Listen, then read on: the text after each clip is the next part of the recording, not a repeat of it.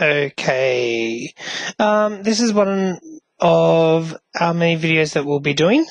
Today we'll be looking at solving quadratic inequalities, and we're going to be looking at the numerical method. And there's another video which looks at the graphical method of solving quadratic inequalities. With our visible learning, obviously our learning intention for this lesson or this video is to find true values for any pronumeral, which makes the inequality true. So if we have an inequality such as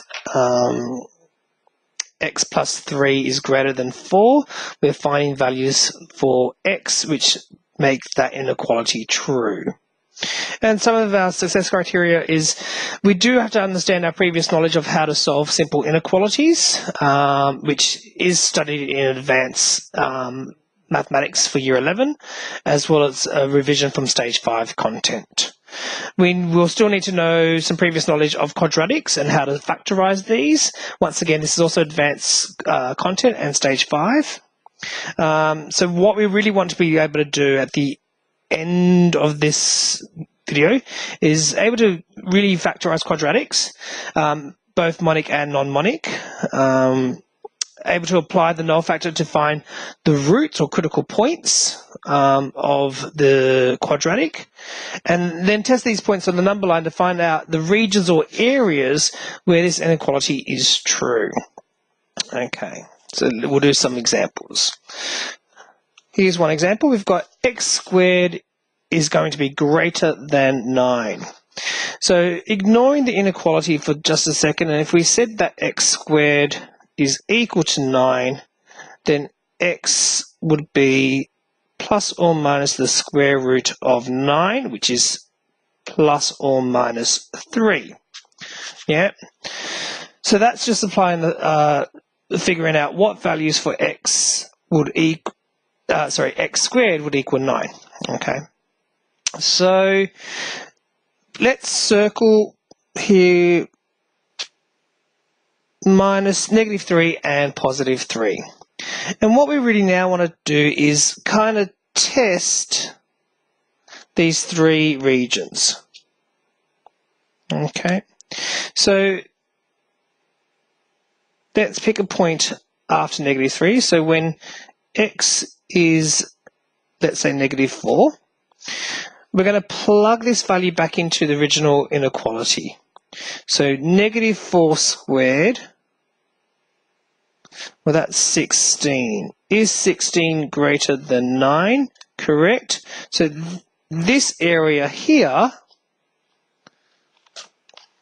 counts. We like values of x to be less than -3. Let's check when x equals, I'll just put it, I'll do 0. Yeah, why not? So 0 squared is obviously 0. 0 is not greater than 9, as per the original inequality. So we don't like this area in here. So let's then test when x is larger than 3. So x equals 4. And as we did before, 4 squared is 16, and that is definitely greater than 9. Yep, so we definitely love this area over here. Yep, so I'll just shade those area. And so what we've now discovered is that if value for x is less than -3 or greater than 3, it will make this inequality true. So therefore, x is less than -3 and x is greater than 3. And so if we wanted to do it on the number line, we would have an open circle for the less than,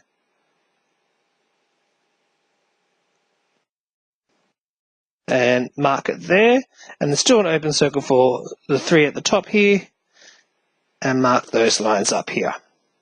So therefore x cannot be any number between -3 and 3, including those numbers. Okay. So our next example we've got x squared plus 3x, and we want that to be greater than or equal to 0. So the first step to solve this is we're going to factorize this part.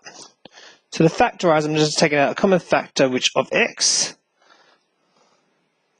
and it should give me x outside multiplied by x plus 3 inside the bracket. Now we're going to apply the null factor. So for this statement to be true, if we just pretend that was an equal sign, x has to be, one option would x will be 0, that was this one, and x has to be negative 3. There's those two options. Okay, so let's just mark it. We've got 0 and negative 3. Okay, and what we really want to do is we want to find out, once again, each point to see what is true. So let's try when x equals negative 4.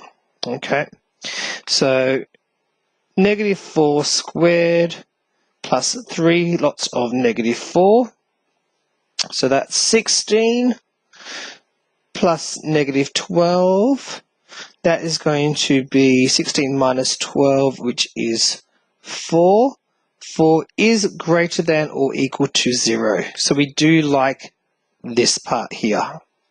So I might just shade it in. Okay. Let us check in between. What happens when x equals negative 1?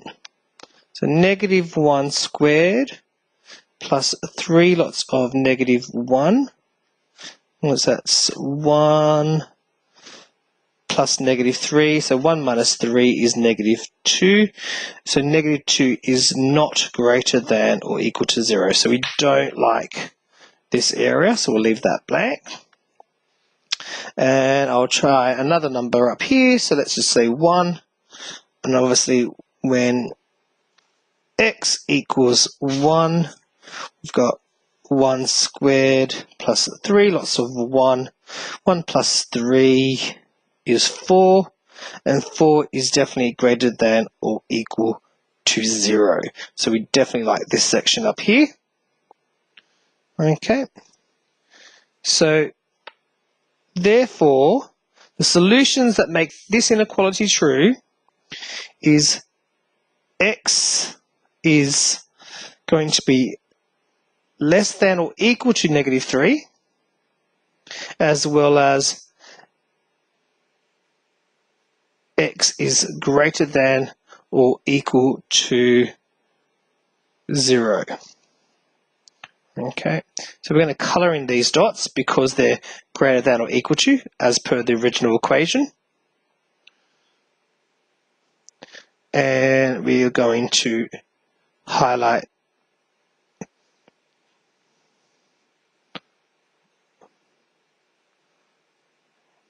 those areas. Okay, so that's the first two examples.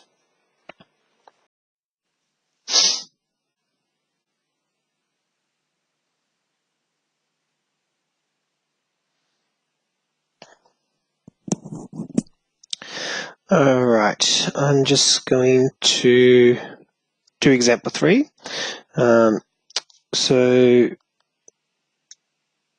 Example 3 is x squared plus x minus 6, and we want to find where this quadratic is less than 0. Okay, so to do that, I need to factorize x squared plus x minus 6. So I look at the last term, minus 6, and I think of what two numbers multiply together give you negative 6. So they are 2 and 3. And one of them has to be a negative. And so I then look at when they are added together, what will add up to positive 1. So at this stage, 3 would have to be positive and 2 have to be negative, because negative 2 times 3 is definitely negative 6, but 3 minus 2 is positive 1. So I factorize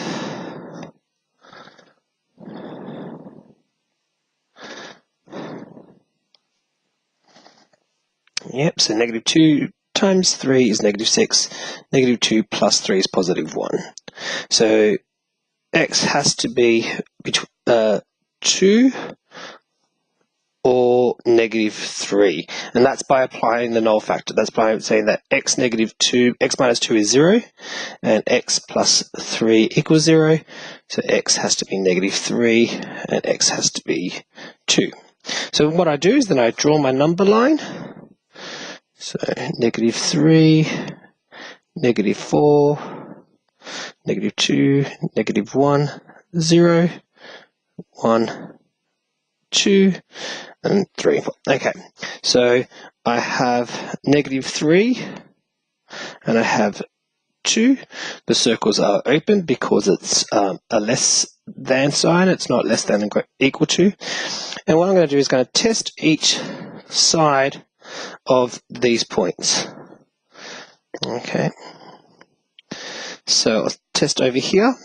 So when x equals negative 4, I'm going to plug it into here. Negative 4 minus 2, negative 4 plus 3. Is that less than 0? So negative 4 minus 2 is negative 6. Negative 4 plus 3 is negative 1. 2 negatives make a positive, so that's not less than 0. So we don't like this area. Let's test in between. Let's say when x equals 0. Okay, so 0 minus 2, 0 plus 3, is that less than 0? Is negative 2 times 3, that's negative 6, that is less than 0, so we like this area. Let's test over here. Let's say when x equals 4. Okay, so 4 minus 2 and 4 plus 3, is that less than 0?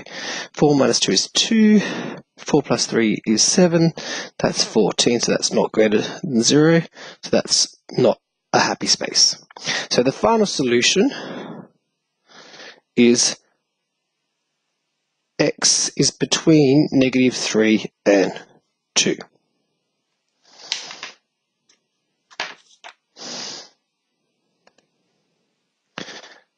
Monic. And now this is a non-monic because we have the coefficient of x squared is not a 1, so it's 4. So this is non-monic. And the way we could factorize it, there's many ways. You could use the quadratic formula. You could just if you're very, very clever, you can probably spot it out. But the way I do it is I go, what's 4 times negative 5? 4 times negative 5 is negative 20. Yeah, so that's 4 multiplied by negative 5. And then I look at factors, negative 20. And then look at factors of negative 20 that's going to add up to make negative 8. So 2 and 10, yeah. So our factors obviously negative 10 plus 2. And so what I do is we go 4x squared. And instead of writing negative 8, I'm going to actually do plus 2x minus 10x, because positive 2 minus 10x gives me negative 8x, so that this part replaces this part, minus 5, and yes, that's going to be less than or equal to 0. And now what I'm going to do is do the method of grouping in pairs. So I'm looking at just these two. So I'm just going to take out the common factor of 2x. So 2x times 2x gives me 4x squared plus 1. 2x times 1 gives you 2x. And I'm going to take out a factor of 2 here. No, take out a factor of 5. Sorry. negative 5 times 2x gives me negative 10x, and negative 5 times positive 1 is going to give me negative 5. And now what I've noticed is that these two things are exactly the same, which means that if that's the same, I can write that at the front, and then I can take out whatever is outside the brackets and put them in a separate bracket by itself. Yeah, and so that's the method of grouping in pairs. If I can multiply the first number and the last number in this order, and then look at the factors that add up to make this middle number, split the middle number, and then try to factorize by taking out the common factor by trying to get this part in the middle the same. Then take that out and then grab whatever's on the outside brackets into one separate bracket. Now we're going to apply the null factor. So if I just use the first part, 2x plus 1 has to equal 0. So 2x, subtract 1 from both sides, and then divide by 2. Yeah, so x is negative 1/2. Okay, and then this side, I'll have 2x minus 5 equals 0. Add 5 to both sides, and then divide by 2. So x is 5 over 2, which is 2.5. So here I go. Yep. And the same thing, so we've split it into 3 sections, and we want to find out which sections make the statement true. So I'll start from the left-hand side. Let's just pick a number 1. So when x is equal to 1, we have negative 1. Negative 1 squared minus 8 lots of negative 1 minus 5. That's going to be 4. Negative 8, negative is going to be plus 8, minus 5. 12 minus 5 is 7. 7 is not less than or equal to 0, so this is false. So we can put a big X here. We don't want this part down here. Let's try something in the middle. So let's say when x equals 1. Okay, so 4 lots of 1 squared minus 8 lots of 1 minus 5. So we got 4 minus 8 minus 5. 4 take away 8 is negative 4 minus another negative 5, negative 9. And that is definitely negative. That is definitely less than or equal to 0. So this is true. So we definitely like these numbers. And usually by default that would be wrong. That would be false as well. But let's just test it. When x equals, let's pick a number up here, greater than 2.5, let's say 3. So 4 lots of 3 squared minus 8 lots of 3 minus 5.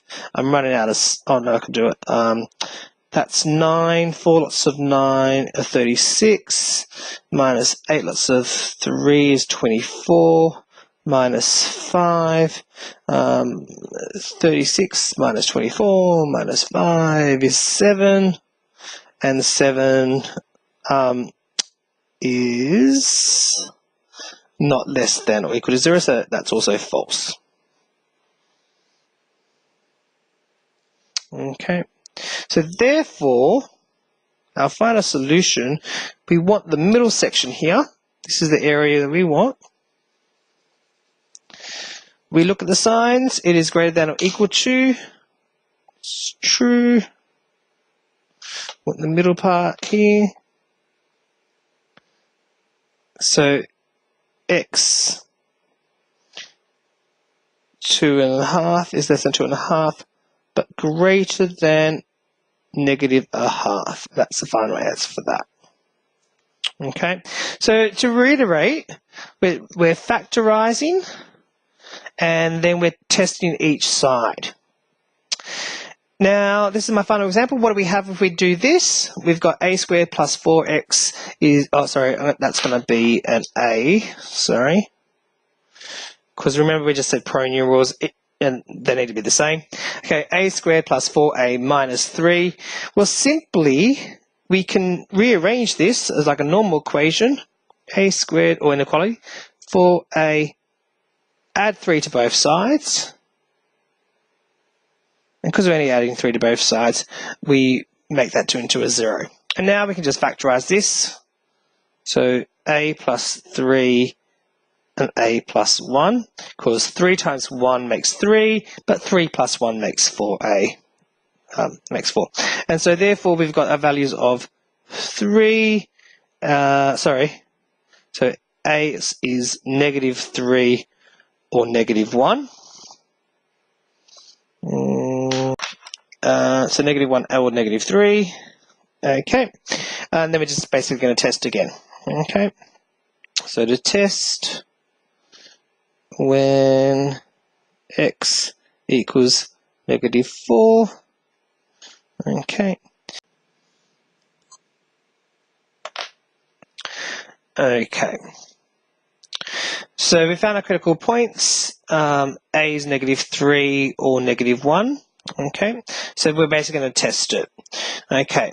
So when x equals -4, so we're going to test this side, this region. All right. We're going to basically look at this inequality. Okay. So plugging in -4 into this factorized form, -4 plus 3 multiplied by -4 plus 1.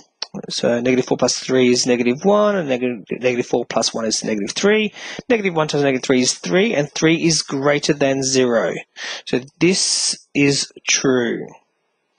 And we can test it if we had -4, so just of this part, -4 squared. So -4 squared plus 4 lots of -4. So 16 minus 16 which is 0. Is 0 greater than or equal to -3? And that's also true.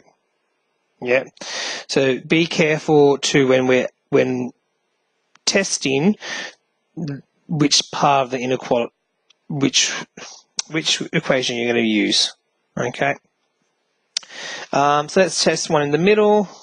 Let's do number -2. So I plugged it back into here, -2 plus 3 and -2 plus 1. So 1 and -1 is -1. So -1 is greater than or equal to 0.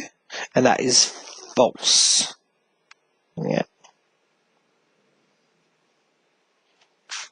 And let's do the last one. So when x equals 0, I may as well.